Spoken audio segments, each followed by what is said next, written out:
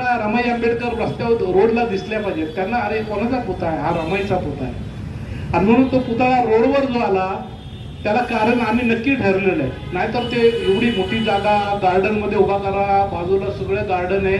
म्हणलं ठीक आहे ते गार्डन, परंतु तिकडं कोणी जाणार नाही. इथं त्याला तर किमान लोकांच्या लक्षात येईल रमाई आंबेडकरांचा पुतळा आहे. आणि म्हणून या ठिकाणी वागसकर कुटुंबियांनी देखील या पुतळ्यासाठी मोठं योगदान दिलंय. हे इतिहासाचे मानकरी आहेत. कधी आयुष्यामध्ये काय काम केलं तर आमच्या हयातीमध्ये रमाई आंबेडकरांचा पुतळा बसला. ही एक गोष्ट हक्काने आपल्या लेकराला सांगू शकतो आपण.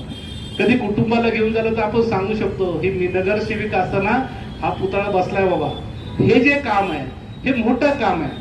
आणि विठ्ठल गायकवाड तुम्ही हे मोठं काम उभं केलेलं आहे.